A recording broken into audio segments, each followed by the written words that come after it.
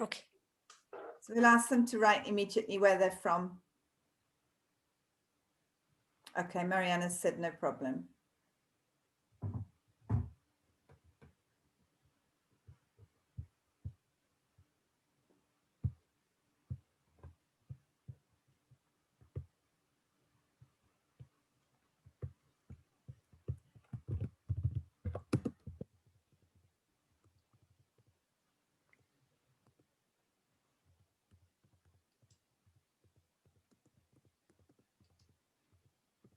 Good afternoon, everybody. I know there are a few people already here. We're expecting 950 people today, maybe more. Please say hello in the chat and tell us where you're from.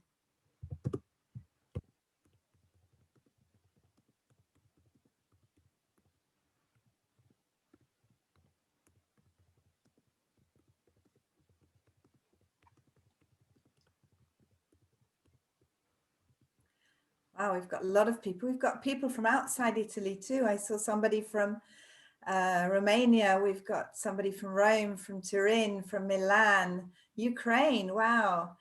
Veneto, South Italy, Agrigento. We've got Sicily. Wonderful.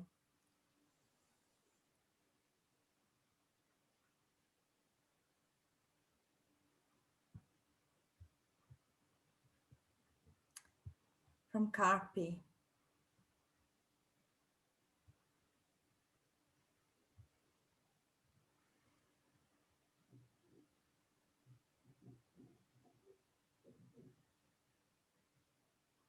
If you just joined us, please feel free to write in the chat, say hello to us and where you're from. So far, we've got people from north to south. Aha, we have somebody from the White Sardinia, the lucky White Sardinia, and Sicily. And we've had two people from abroad, Romania and the Ukraine. I wonder if we have anyone else from abroad.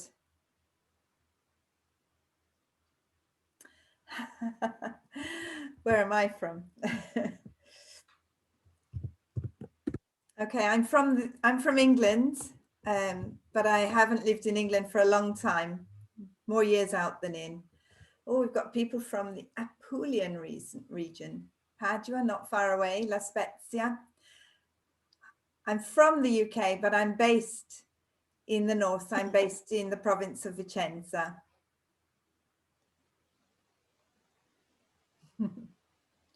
I can see lots of people from AISLi schools joining too. Somebody from Udine. Thank you, Juicy, and I've seen your question. Thank you. Oh, somebody from Peru. Fantastic. Wow, Molise, Manchester.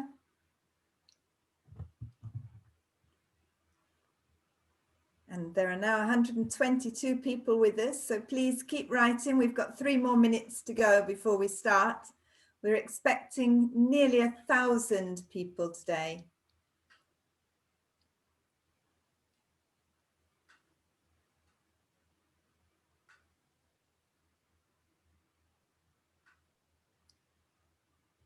Roberto from Campobasso, Simona from Viterbo, Sabrina from Lecco. Wow, we're going all over the boot. Cecilia from Pescara.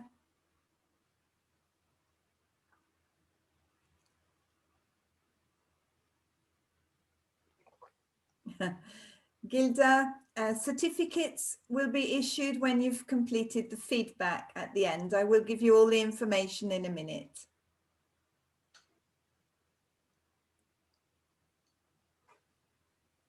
Lots of people from Udine, hello Eva. Eliana from Macerata. Veronica from Torino. Francesca from Rome. Okay, there are 152 people with us already and 2 minutes to go. So please keep writing in the chat. Let us know where you're watching us from.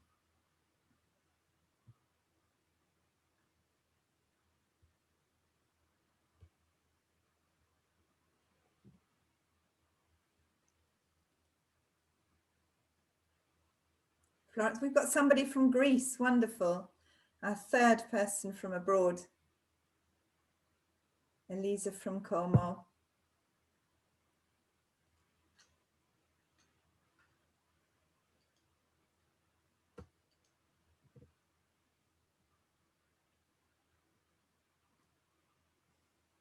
Okay, Bruna from Pordenone. People still coming in slowly, 166 people. Somebody from the Philippines, how wonderful. Hello, Angelina. Magada Lake, Turin, Milan.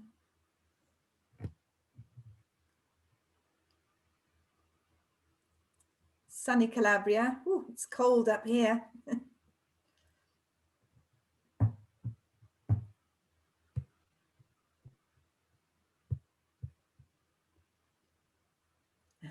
Hello, Adriana, in Sicily. Okay, good morning, everybody. Carol, perhaps you'd like to turn your video on now. Good morning, good afternoon, good evening, everybody. I apologize for that. Good evening, everybody. I'm going to start. So I'd like to give a huge welcome to you all and today's speaker, Carol Reed, who's joining us in Italy from her home in Madrid. So before handing over to Carol, I would like to say a few words about AISLi. AISLi, the Associazione Italiana Scuole di Lingua, has member schools all over Italy and offers a guarantee that you are choosing quality teaching and teacher training. You can recognize an AISLi school by our highly qualified teachers and our passion for excellence in learning and teaching. Our standards are maintained by rigorous inspection schemes, which we constantly review and update. Our courses are accredited by MUR, as well as being funded by Carta del Docente. So please visit our website to find out the nearest AISLi school to you, if you don't know one already. And at the end of the webinar, we will be asking you to complete a brief feedback form to help us understand more about your needs. When you have completed the feedback form, which you will receive in the post, in your mail, you will be given a certificate, and that will be sent out early next week. Today's webinar is just one of a series of webinars which we began last May to offer support, innovation, and inspiration to English teachers during this extremely challenging COVID emergency. And it's with great honor that I now introduce Carol. Carol is an author of many books for young learners. She has been the president of IATEFL. She's an expert in the teaching of English to young learners. And I've had the pleasure of using her materials in my own language school for teacher training. It's over to you, Carol. Welcome. Thank you, Julie. Thank you for that lovely introduction. And thanks also to AISLi for organising this event and for inviting me to do this webinar. And it's wonderful to see so many of you here from all over Italy and all the other places that you're from as well. I saw India, I think, someone from India. And thank you so much for coming on this Friday evening. And I know that we're all going through a difficult time, but we will get through this. And the solidarity and support that we're giving each other at the moment within our professional community is more important than ever. So this session is going to be highly practical, and as an ongoing task throughout, I'd like to ask you to contribute suggestions in the chat box to use or adapt the ideas that I'm going to share with you in two ways. First of all, for different ages and levels of learners, and secondly, for implementing them either face-to-face or online or in hybrid mode and in synchronous and asynchronous ways. But before we start, I'd just like us all to do a bit of positive thinking. every one of us, without exception, is currently going through a worrying and stressful time, whether in relation to our work, our families, our friends, the restrictions on our lives, or a combination of all those things. But even in these uncertain times, there are things to be grateful for. And we know from research and the work of people like Sarah Mercer and Tammy Gregerson, their book on teacher well-being, it helps to strengthen our well-being, to reframe our negative thoughts and try and think about life positively. So I'd like to ask you now to share in the chat box something that, despite everything, you feel grateful for at this moment. For example, I feel grateful to be with you here this evening in Italy. I feel as if I'm in Italy. I feel grateful for my family and friends. Could you just put, could I see some things in the chat box, what you feel grateful for? Great. Life is beautiful. Fantastic. Your family are healthy and well. Fantastic. It's going so far. The arrival of spring. Absolutely. No barriers. Wonderful. So many wonderful thoughts. And I think you'll agree, grateful to be working. Exactly. Wonderful. And I think you'll agree that it is empowering to frame things that are going on in our lives positively. So, turning to our session, how to empower learners through the Sustainable Development Goals, what does empower mean to you? Would you like just to, I'm not asking for a definition, but just put words, thoughts, or ideas that occur to you? What does empower mean to you? What does empower? Any words that some kind of control, make self-confident, energy, lovely, fantastic, stronger, love that. Self-motivation, absolutely wonderful. So, and I think to share with you now, to start off with, resilience to improve, freedom and responsibility, fantastic. All these ideas, I think we're really on the same page. So my understanding of empower in this context is on the screen there for you now. I'm not going to read that out. Just take a few seconds to just read that definition of my understanding in this context, which you can see I've put together from various dictionaries. So empower to do with confidence, with independence, with communicating ideas, with standing up for what you believe in. And so this is what we're talking about, how to empower students through the Sustainable Development Goals. So actually, what are the Sustainable Development Goals and why focus on them? Now, probably many of you will know this, but just to recap, in case you don't, the 17 goals, which are, and I'm quoting, a blueprint to achieve a better and more sustainable future for all. The SDGs, or global goals, it's easier to call them, were set in 2015 by the United Nations General Assembly, and they're intended to be achieved by the year 2030. So actually, in a way, we haven't got that long. So why focus on the global goals? And my main reasons are to do with education and social responsibility goals. In terms of education, the global goals give us a vehicle to enrich teaching and learning and enable students to achieve outcomes that go way beyond language learning, whether we're teaching face-to-face or online or in hybrid mode.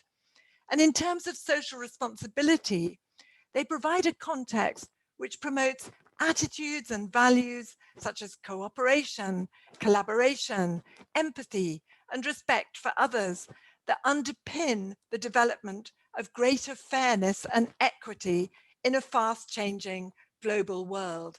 21st century skills, as they sometimes get called.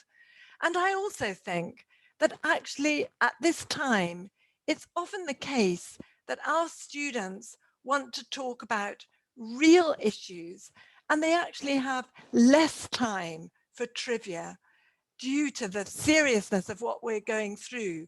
They also want to talk about real issues. Two more pragmatic reasons for focusing on the global goals are to do with, firstly, the wealth of free online resources that you can tap into, both for synchronous and asynchronous teaching and learning. And I'll be giving you links. And the second thing, the potential flexibility and adaptability of practical classroom ideas for different levels and ages and different modes of delivery, as from, I would say, upper primary. And upper primary for me in Spain is children as from 10, so kind of 10 to 12, okay, is upper primary and thereon. And there's a lot of expertise in this webinar room. And as I said earlier, I'd love you to share your suggestions for additional or alternative ways of doing things as we go on. So we might introduce our students to the topic of the global goals by getting them to think about some true-false statements. So I'm going to show you some true-false statements now. And for each one, I want you to put in the chat box as quick as you can, whether you think it is T for true or F for false. Okay, so are you ready to do that? Are you ready with your finger on the T or F button? Okay, so here then is our first statement. I'm not going to read the statements out, but what do you think? Is that true or false? True or false? False, true. We got lots of different ideas. Okay, fantastic. In fact, actually, this statement is false, and it is actually the 26 richest people who own as much as 50% of the rest. And that information comes from Oxfam in 2019. So are you ready with the next statement? What about this one? Is that true? Is that true? A lot of you thinking it's true, and actually you are right. That is true. And of course, it may be even more now. It may not be completely accurate. That comes from the World Health Organization in 2019. Okay, so are you ready for the next one? True or false, as fast as you can?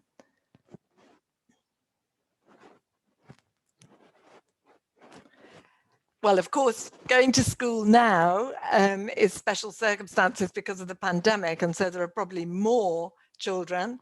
But actually, the figure under non-pandemic circumstances is actually 264 million. So that statement is false, okay? And that information comes from UNESCO. What about this next one? Is this one true or false? Is it true or false, do you think? True? Yes? True. Okay, a lot of you think true. Yeah, you're absolutely right, that they occupy less than 25% of all seats in Parliament. However, there is some good news, because apparently there has been an 11.3 increase over the last 20 years or so. So it is actually going up. And I think a lot of us can think of a lot of women in parliaments recently who've been handling the pandemic often a lot better than male politicians, actually. And the last one here, what do you think about this? Is this true or false, this statement? 500,000 animal and plant species are threatened with extinction. True, false? Okay, a variety of answers. And actually, this one is false, that the true figure, well, true figure, I mean, what they calculate, because I can't believe it's 100% accurate, is actually 1 million. And this comes from a report on biodiversity and ecosystem services, which of course I haven't actually read myself, but it was quoted on the Sustainable Development Goal blog. So those true-false statements, and if you'd like to see a summary of the answers there, to get our learners or children thinking about the global goals. And of course, other activities that we can do with this is to get our learners to prepare their own true-false statements, maybe in breakout rooms if you're online, or in groups if you're in real classrooms, and to try them out on each other. Another activity we can do is actually to get them to follow up and check on the sources of facts to see if any of them might be fake news. And another activity we can do, which brings it down to a local level, is to get our learners to prepare true-false statements that apply specifically to their own country. So you could get them to think about true-false statements in relation to the goals in Italy, for example. And in terms of identifying the specific goals, something we might want to use is images to elicit and pre-teach vocabulary and get students to predict and identify issues that the goals focus on. So are you ready to do this? I'm going to show you an image, and I want you to tell me what you think is the related goal. So are you ready with your fingers on your keyboard, ready to go? Okay, so sorry, we went too fast. What's the goal there? Food, yes. So what's the goal to do with? Food and hunger, absolutely, to do with hunger. Yeah, okay, fantastic. And just in terms of our own teaching, in order to avoid issues of copyright, I use my own photos. And actually, once you've got the idea of doing this, it's amazing how quickly you can build up a useful set of photos to use for your teaching. And of course, this one, and somebody mentioned it in the chat, I've also used this image in the context of intercultural learning, because of course it shows a traditional English meal. Okay, so what about this next one? What's this goal to do with? What's this goal to do with? Any ideas? Deforestation, okay, environment, lovely. Yes, okay, absolutely. Nature on land, life on land, fantastic. Okay, and one more. Are you ready to go with this one? This one is to do with, education. Now, of course, images are very powerful for learning, and there are lots and lots of other activities that we can do using these images. For example, we can use a visible thinking routine, and this is probably familiar to some of you from the Harvard Project Zero materials. For example, see, think, wonder, where we get our learners to say what they see. For example, I see a green board, I see a notice board, I see a television under a cover, I think. So that's like a description. And then I think it's a primary school. I think it's quite a traditional classroom, for example. Do put any ideas in the chat box. And I wonder, we get our learners to wonder. I wonder where it is. I wonder what language the children speak. I wonder what the teacher is like. I wonder what they learn. So, and actually, to put you out of your agony, this is actually a photo I took of a primary school in Cuba. And so we could do visible thinking routines. We could also do a describe and guess activity, where in pairs, one student describes the photo and the other guesses the goal that the image relates to. And a very nice activity to do as well is to get students to take their own photos of objects at home, which suggest the goals. For example, they might take a photo of their textbooks for education, paracetamol and a thermometer for healthcare. And then students take turns to show their photos to other students, and they guess the goals. So here then are the 17 goals, and we can either use all of them with our learners, or we can use selected ones. And I have to say, with younger learners, with upper primary, I tend to cut out, not because they're not important, but because the concepts are quite complex, goals number 9, 12, and 17. But the important thing for you to know is that all these icons can be downloaded freely, either together like this or individually. So you can use them for all kinds of games in synchronous learning contexts to build up familiarity with the goals, particularly with younger learners. So we'll just have an example of a game now. We're going to play What's Missing, and I'm going to cover one of the goals. And as quickly as possible, you have to say which one it is in the chat box. So are you ready to do that? Fingers on the keyboard. Here we go. Which one is missing? Which one's missing? Which goal? Yes, fantastic. And what about now? What about now? What's missing now? Gender. Wonderful. And the last one, okay. And what about now? What's missing now? Fantastic. Climate action. Okay, so the possibilities here are endless.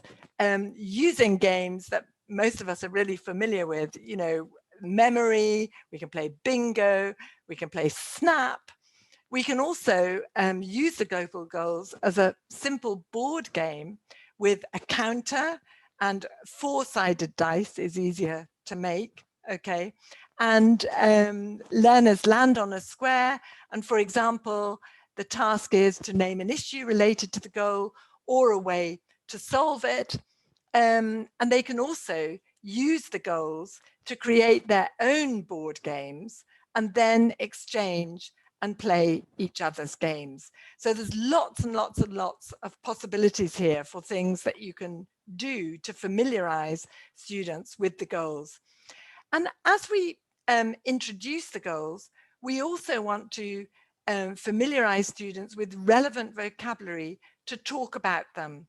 And a team game that we can play includes saying letters of the alphabet in random order, and students take turns to respond with keywords related to the global goals and score points for their team. So let's just do one as an example.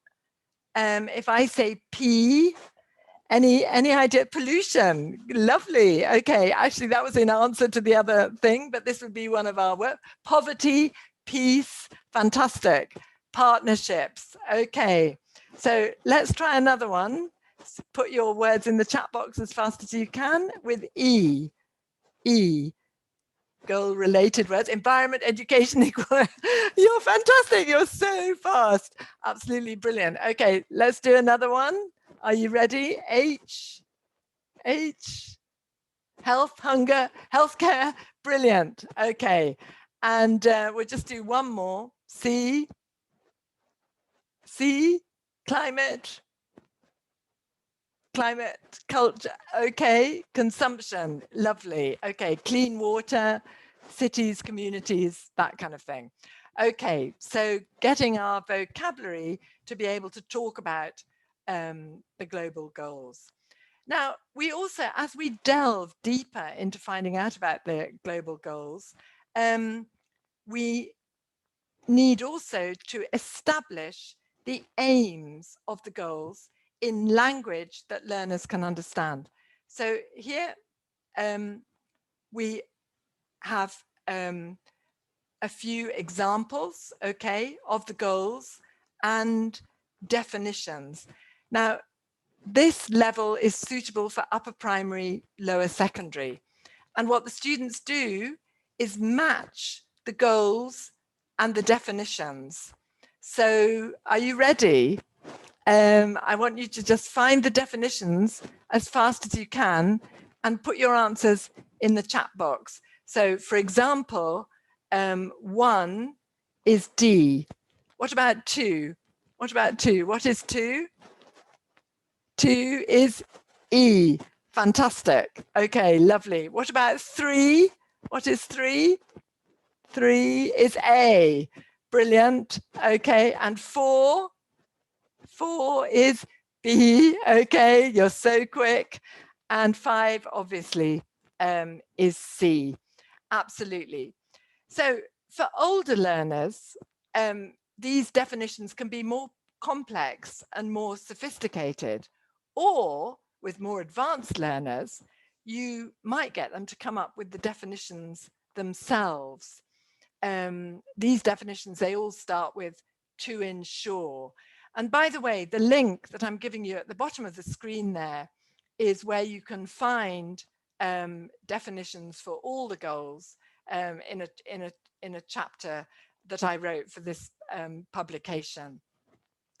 When I'm in a face-to-face class, I do this as a card matching activity. I know we can't do that now because we would be touching things too much, but they could do it in an asynchronous way as a worksheet, or we could do it in a synchronous way as a whole class activity with students identifying the correct definitions as you name the goals.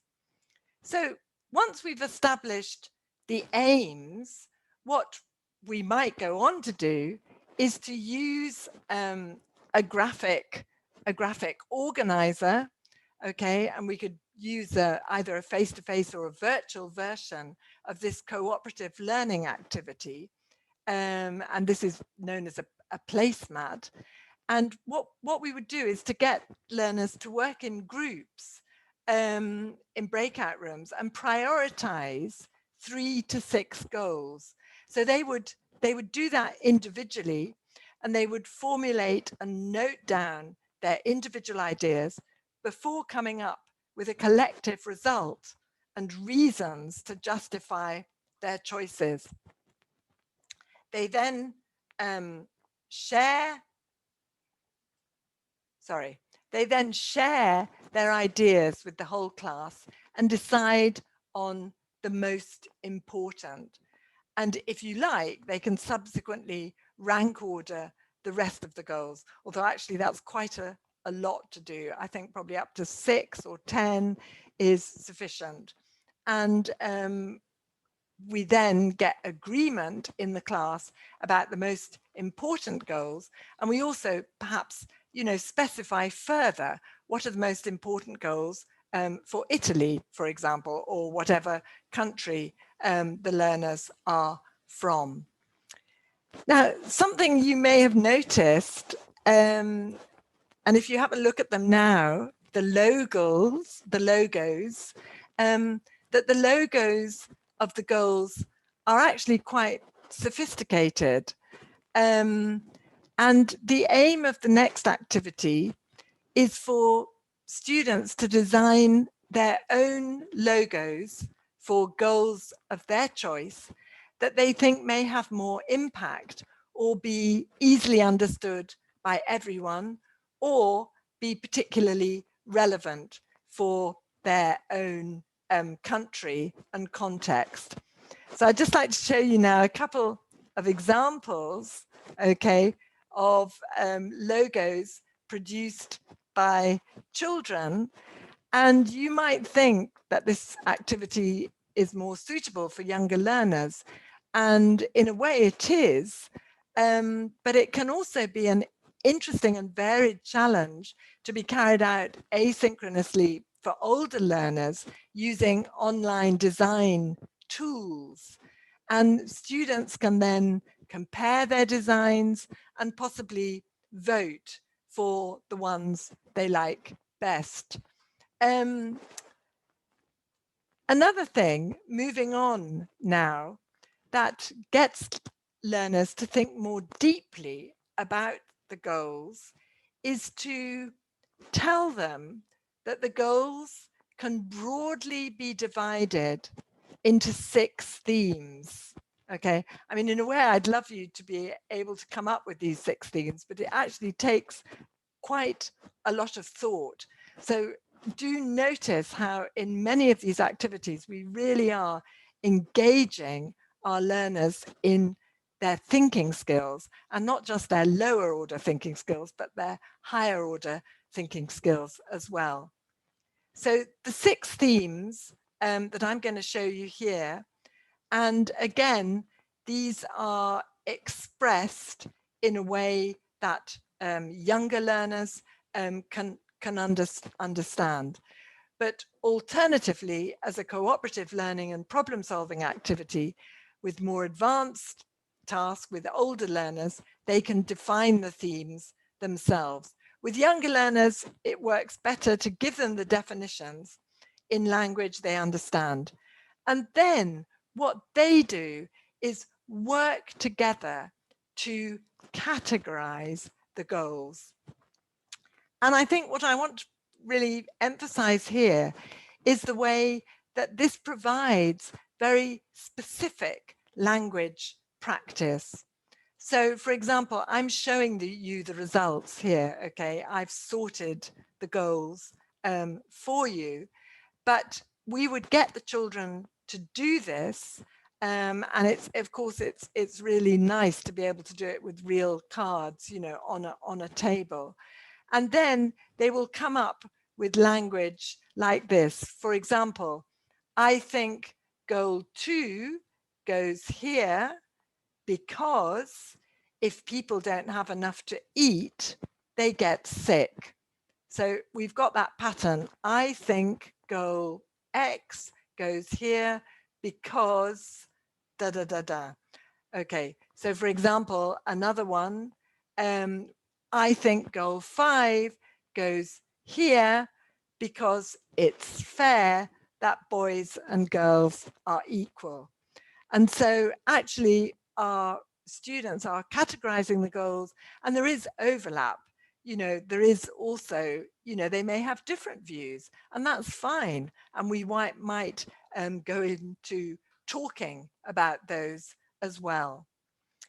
And I think in addition to identifying the broad themes of the goals, we want our students to recognize the connections between different goals. And this is a spidergram activity, a global goal spidergram. And students can do this as a cooperative activity in pairs or groups. And it also provides wonderfully specific practice of conditionals. Now, let me show you how it works. I haven't got all the goals up here so you can see them on this, because you wouldn't be able to see them on the screen big enough. But for example, we get our students to join the goals. So this might be an example. If children are hungry, then it's difficult for them to concentrate and learn at school. Okay, so we're making connections between the goals. The next one, for example, if people don't have jobs, they are poor. Or another one, if there isn't clean water to drink or wash your hands, people get ill. Another one, if people don't have enough to eat, they get ill. If people aren't educated, they can't get decent jobs. If people are poor, they may not have access to clean water. And I'm sure you can think of many more. And what happens when you do this with students, or at least my experience of doing this with students, to start off with, they're very troubled by it and puzzled. And I probably do more than one example with them. Probably I do 2 or 3. And they find it quite difficult and challenging. And then suddenly they get the idea and they are joining the goals and thinking up all these wonderfully meaningful conditional sentences and practice. And of course, this is lovely to do as a hands-on activity with the global goal cards printed out and maybe joined by straws, but we can also do it in a virtual way. And of course, we might get our students to report back on their spidergrams if they do different spidergrams in groups using a version of circle time.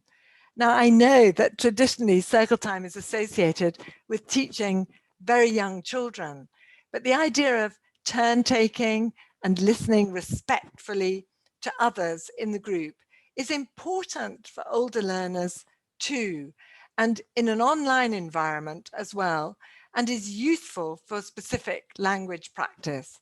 So in relation to the global goal spidergram, learners can take turns to say one of their sentences and the rules are that everybody listens to the other people. You say pass if you don't want to speak. And circle time can also be used to encourage students to take turns to express their views in relation to any aspects of the goals. I think ...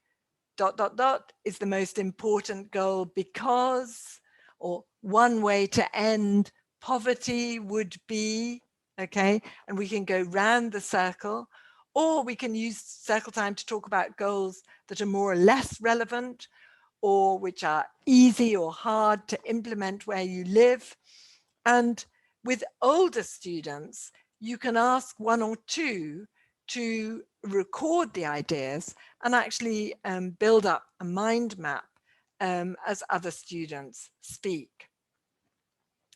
Now, if you find that your students are interested in the global goals or specific topics covered by the global goals, you can use them as an organizational tool, either to produce whole units of work to supplement and enrich your course book and any other online materials that you're using.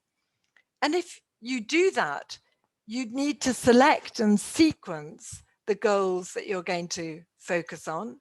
And maybe you'd have an introductory unit, which could actually be based on the activities that we've done here today already. And this could be followed by units of work on different topics. We'd need to plan the units, the syllabus objectives, the materials, and the learning outcomes. So let's have a look at an example based on goal number 15, life on land. And this is planned to be suitable for upper primary and lower secondary children, but it could serve as a template for other ages and levels as well. So here are some of the possible topics we might cover. I've identified 10 here, but that's far too much. You'd never want to do 10 topics around this theme. Students, you know, it would be too much. It would too much of the same. So you might just choose 3, for example. But what we'd need to do with each topic is to break it down in more detail. So let's have a look at an example based on the violet one in the bottom left down there, endangered animals. And we can have a look at our sample global goal curriculum objectives. Obviously, I'm not going to read all that out, but just have a little look at it now. And the things I would like to ask you to notice, first of all, the real world focus, okay, which makes learning so engaging. Secondly, the application to local context. So we're not just talking about, you know, global issues and problems in a very abstract, unmeaningful way. We're applying them to our context. Notice also the choice in the suggested outcomes, that actually we always need to, as far as possible, be giving our students and learners choice in what they do, because choice leads to them feeling investment in their own learning and a sense of ownership. Notice also the blended approach in terms of a natural use of technology to do research and possibilities of synchronous and asynchronous learning. And the language and vocabulary obviously can be adapted. This, as I mentioned, is upper primary and lower secondary kind of level, but obviously that can be adapted to the level of students that you're teaching. And something that I always think is very important, especially when we're working with younger learners, is the integration of values materials. So that's an example of how we might go about planning a unit of work. And let's have a look now at some examples of possible materials. And one that I've chosen to show you, because I mentioned earlier in this webinar, one of the reasons for choosing to do this is because of the wonderful resources available online. And this is one of the global goal graphic stories, okay, that you've got the reference at the bottom of the screen there. And it's best for learners to read online, in pairs and groups, or outside class time. You don't want to print it, it would be expensive to print. And there are actually teachers' guides that go with these stories, but a very strong health warning there, because those are teacher guides. The assumption is that the children have English as their first language. So we need to do a lot of adaptation to make them suitable for our classes. But this particular story, Wild for Life, it draws attention to two goals, number 15, but also 14 as well, which is life underwater, and the need to protect the environment. And what happens in this comic, young people and animals are able to communicate with one another. Humans are harming and killing animals for their parts to make unnecessary products, and that's disrupting the harmony of the natural world. And the story shows endangered species working together and seeking the help of children to save threatened animals, forests, and ocean homes. And the mission is to get everyone, especially younger generations, involved in helping to end the illegal trade of wildlife to save our beautiful planet. Now, obviously, when you're exploiting a story like this, you need to do what we all do so well. We're all English teachers, so we need to prepare our pre-questions. We need to have our post-comprehension questions. We need to extend the language from the story by developing a role play and discussion. And the discussion in this case might be, what would you do in the same situation as Anaya, the girl in the story? Because actually what triggers this whole adventure is that she's given an elephant tusk. So here is, materials that we can adapt and make use of. We're invited to make use of these materials because it's part of the awareness raising of the Global Goals project. Other things we might do, we might, for example, get our learners to write an endangered animal report, okay? And this might be the basis of a class ebook, a video, a podcast, an interview, a PowerPoint presentation. And again, this example is low level and for upper primary and lower secondary, but the idea can easily be adapted and extended to be suitable for older and more advanced learners. We can also do project work. Again, here's one page from a project by upper primary.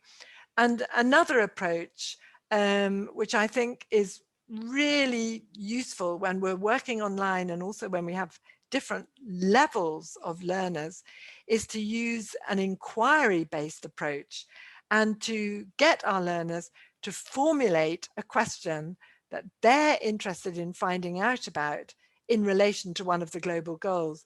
For example, it might be what are the main causes of climate change?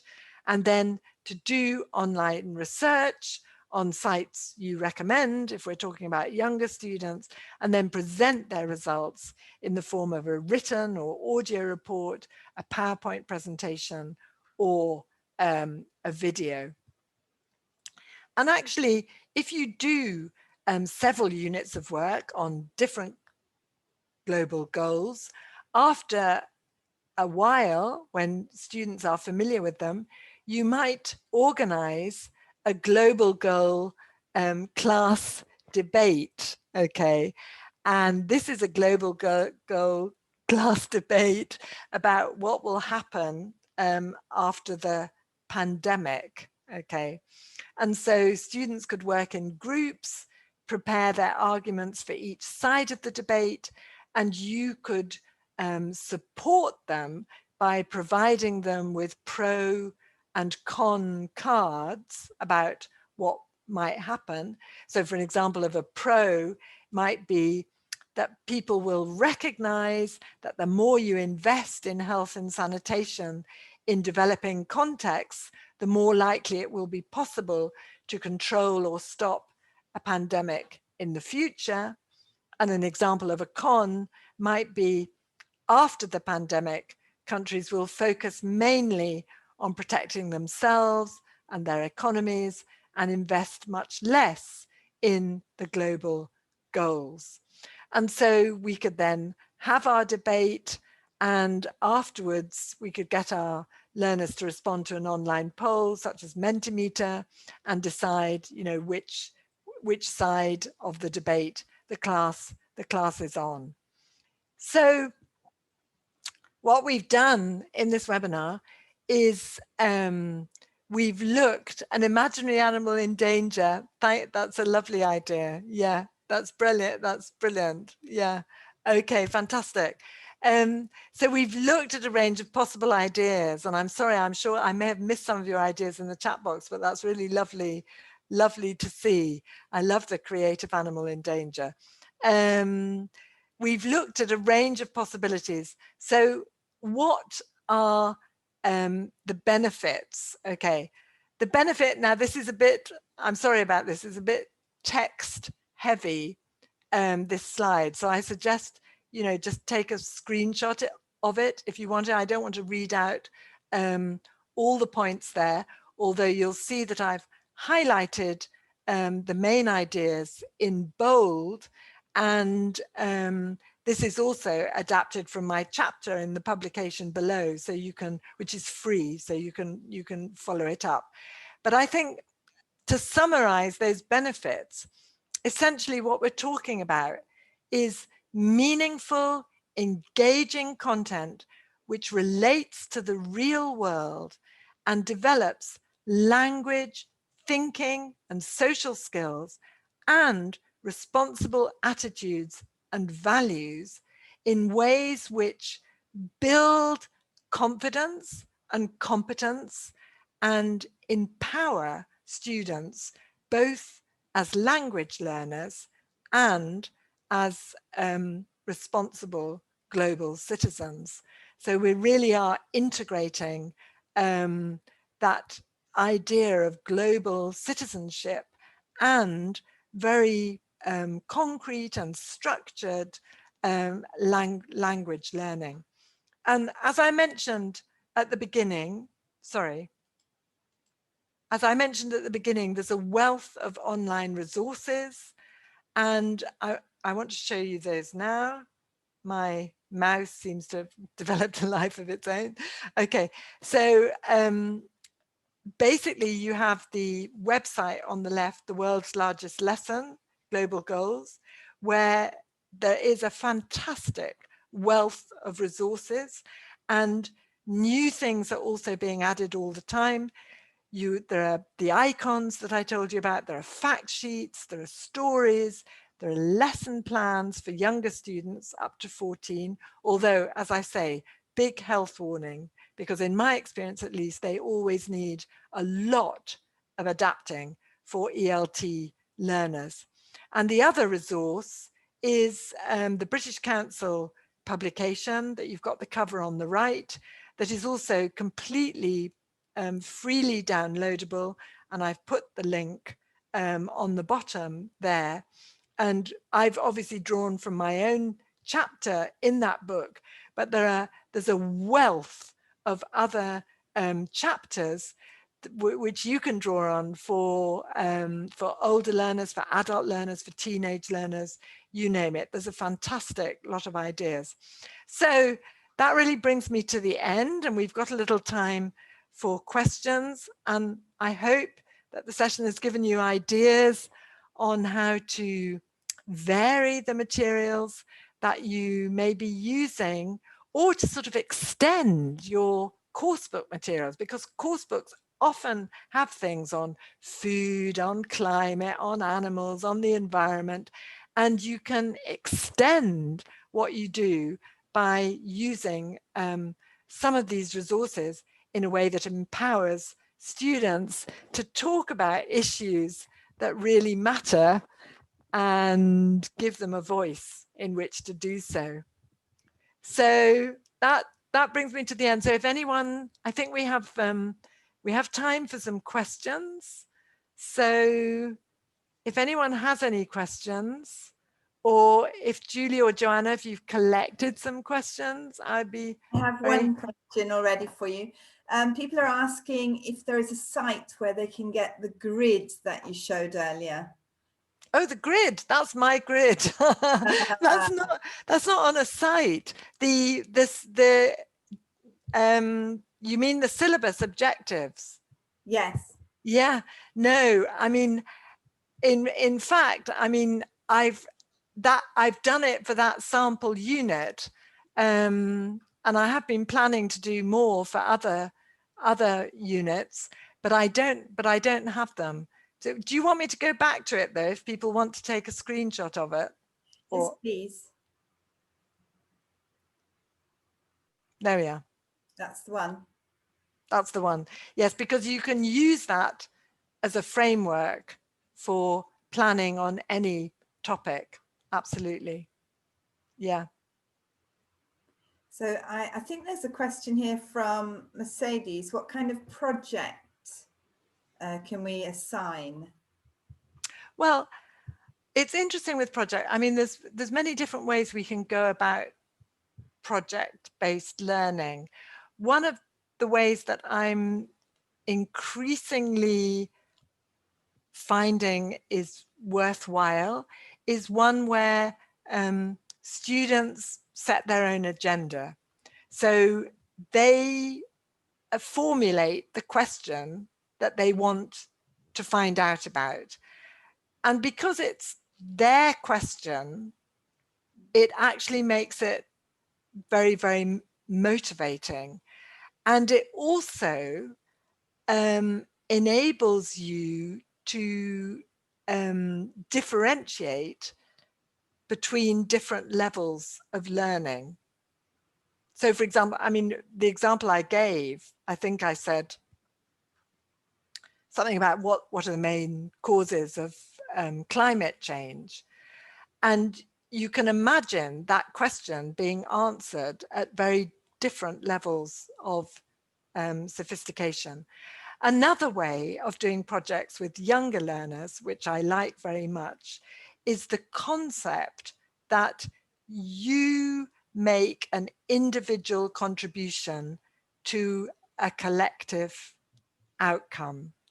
Because very often with our younger learners, it's quite difficult to manage group work. You know, there's one person who does all the work, there are two people who don't do anything. And so if you have this idea, and for example, this endangered animal report, everybody has a responsibility to produce this report with the support that you provide. And we then combine our reports into a class ebook, into a presentation, into a podcast, whatever it is we produce, so that everyone is committed to that collective outcome. That sounds lovely. Actually, you've you've inspired me to ask you a question. Please do. You talked about an ebook, and I've been trying out a number of flip books online. I wonder if you could recommend a site to us. I can't actually. No, I can't, because there are many, aren't there? There are many different ones, and I wouldn't feel confident in being able to do that. It's a very good question. Maybe somebody here can recommend. Recommend one. I've been using Flip book. Snack. Okay. Yes.